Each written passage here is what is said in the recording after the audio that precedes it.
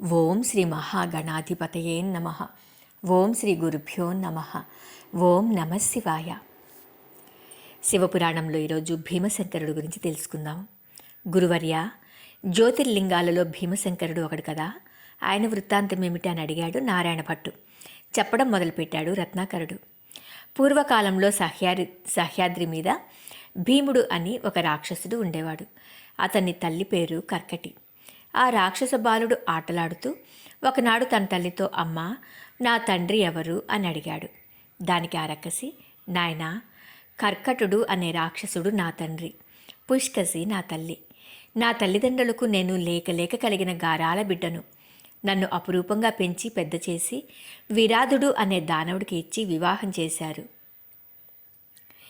శ్రీరాముడు వనవాసానికి వచ్చినప్పుడు నా భర్తను సంహరించాడు. అప్పటికి నాకు పిల్లలు లేరు. భర్తను పోగొట్టుకున్న నేను ఒంటరినై నా తల్లిదండ్రుల పంజన చేరాను. అలా చాలా కాలం గడిచింది. ఒక రోజున భీమా నదిలో స్నానం చేయటానికి అగస్త్యుడు శిష్య సమేతంగా వచ్చాడు. నా తల్లిదండ్రులు అతన్ని చూసి చంపి తినబోయారు.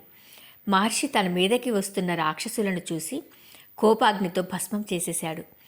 ఇప్పుడు నాకు కట్టుకున్న భర్త లేడు, కన్న తల్లిదండ్రులు పోయారు. దిక్కులేని అనాథనైపోయాను. అలాగే సహ్యాద్రి మీద కాలం గడుపుతున్నాను. ఇంతలో ఒక రోజున రావణుని తమ్ముడు కుంభకర్ణుడు అటుగా వచ్చి నన్ను చూశాడు. నేను ఒంటరిగా ఉన్నాను. దాంతో నన్ను లంకా నగరానికి తీసుకువెళ్ళాడు.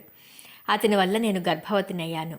ఆ తర్వాత నిన్ను కని పెంచి పెద్దవాడిని చేశాను అన్నది. తన తల్లికి జరిగిన అన్యాయానికి భీముడికి చాలా కోపం వచ్చింది. ప్రతీకారం తీర్చుకోవాలనుకున్నాడు. బ్రహ్మను గురించి ఘోర తపస్సు చేశాడు. బ్రహ్మదేవుడు ప్రత్యక్షమై అతని కోరికలన్నీ తీర్చాడు. వరబలం గర్వితుడైన భీముడు దేవతలపైకి యుద్ధానికి వెళ్ళి ఇంద్రుని ఓడించి స్వర్గాన్ని ఆక్రమించాడు. దేవతలంతా తలా ఒక దిక్కుకు పారిపోయారు. రాక్షసుడు మునీశ్వరులను, సాధువర్తనలను నానా బాధలు పెడుతున్నాడు. స్వర్గాన్ని వదిలి భూలోకానికి వచ్చాడు భీముడు.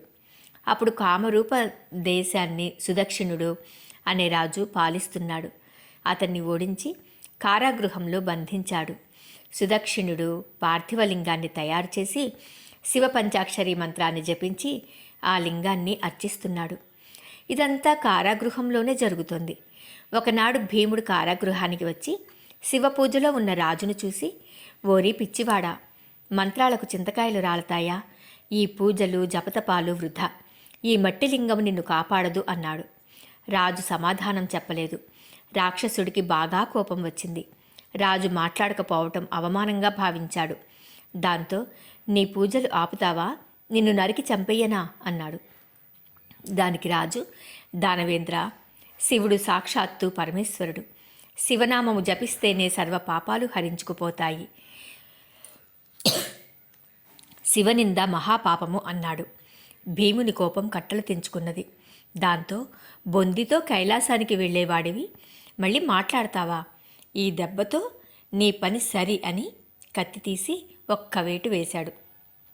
ఆశ్చర్యం, కత్తి మాయమైపోయింది. శివలింగం నుండి ఈశ్వరుడు ప్రత్యక్షమై రాక్షసుణ్ణి భస్మం చేశాడు. ఆ సమయంలో బ్రహ్మాది దేవతలందరూ శివుని పరిపరి విధాలా స్తుతించి భీముని చంపి మమ్ము కాపాడిన ఓ శంకరా, ఈ సహ్యాద్రి మీదనే నీవు జ్యోతిర్లింగమై ఉండు అని ప్రార్థించారు. వారి ప్రార్థన మన్నించి ఈశ్వరుడు భీమశంకరుడు అని పేర జ్యోతిర్లింగమైనాడు అన్నాడు రత్నాకరుడు. క్షమించండి, కొంచెం గొంతు.